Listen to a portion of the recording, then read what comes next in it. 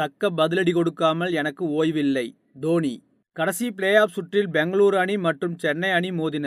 இந்த போட்டியில் பெங்களூரு அணி வெற்றி பெற்று பிளே ஆஃப் சுற்றுக்கு முன்னேறியது. இதனையடுத்து தோனி அதற்கு தக்க பதிலடி கொடுக்காமல் எனக்கு ஓய்வில்லை என்று கூறியுள்ளதாகவும் செய்திகள் கசிந்துள்ளது. IPL தொடரில் 2 முன்னணி அணிகள் பெங்களூரு மற்றும் சென்னை அணிகளாகும். அந்த வகையில் கடந்த மே 18ஆம் தேதி சென்னை அணி பெங்களூரு அணியிடம் படுதோல்வி அடைந்து பிளே ஆஃப் சுற்றுக்கு முன்னேறும் வாய்ப்பை பறிகொடுத்தது. இந்த போட்டி முடிந்தவுடனே பல கருத்து வேறுபாடுகள் ஏற்பட்டன. பெங்களூரு அணி வெற்றி பெற்றதும் தோனி கைகுலுக்காமல் டிரெஸ்ஸிங் ரூமுக்கு சென்று விட்டார். கோலி அவரை தேடி டிரெஸ்ஸிங் ரூமுக்கு சென்று தனியாக பேசியுள்ளார் என்றெல்லாம் சொல்லப்பட்டது.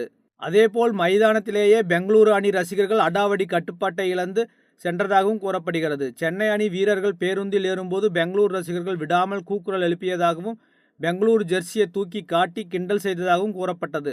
அதேபோல் சென்னை அணி ரசிகர்களையும் அவர்கள் தொடர்ந்து வெறுப்பேற்றினார்கள். இதனை தோனி மற்றும் பிற சென்னை அணி வீரர்கள் பொறுமையாக பார்த்து கொண்டிருந்தனர்.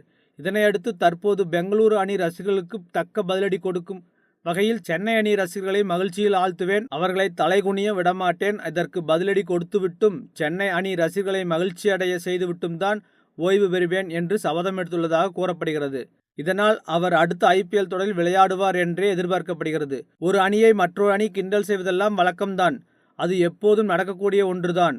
அப்படி இருக்க தோனியின் இந்த சபதம் விளையாட்டிற்காகவும் இருக்கலாம் என்றே கணிக்கப்படுகிறது. இந்நிலையில் தோனி கிரிக்கெட் போட்டிகளில் ஏற்படும் அவரது மன அழுத்தம் குறித்தும் அதிலிருந்து வெளிவரும் வழிகள் குறித்தும் ஒரு பேட்டியில் பேசியுள்ளார்.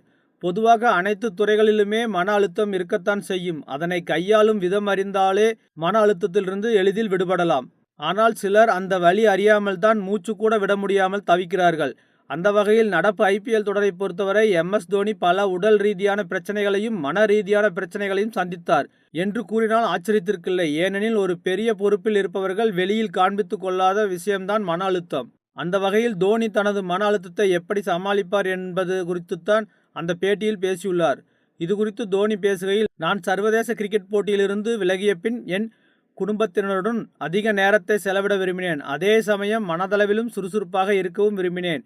என் மனதில் எப்போதும் ஒரு உத்வேகம் இருக்க வேண்டும் என நான் நினைத்தேன். எனக்கு விவசாயம் செய்ய மிகவும் பிடிக்கும். மேலும் மோட்டார் பைக்குகளும் எனக்கு மிகவும் பிடிக்கும். பாரம்பரியமிக்க கார்களை சேகரிக்க தொடங்கினேன்.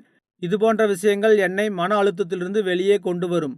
நான் மன அழுத்தத்திற்கு உள்ளானால் எனது மோட்டார் பைக்குகள் மற்றும் கார்களை நிறுத்தி வைத்திருக்கும் கேரேஜுக்கு செல்வேன். அங்கு சில மணி நேரத்தை செலவிடுவேன். அப்போது என் மனம் அழுத்தத்திலிருந்து வெளிவரும். அதன்பின் மீண்டும் வீட்டுக்கு வந்து விடுவேன்.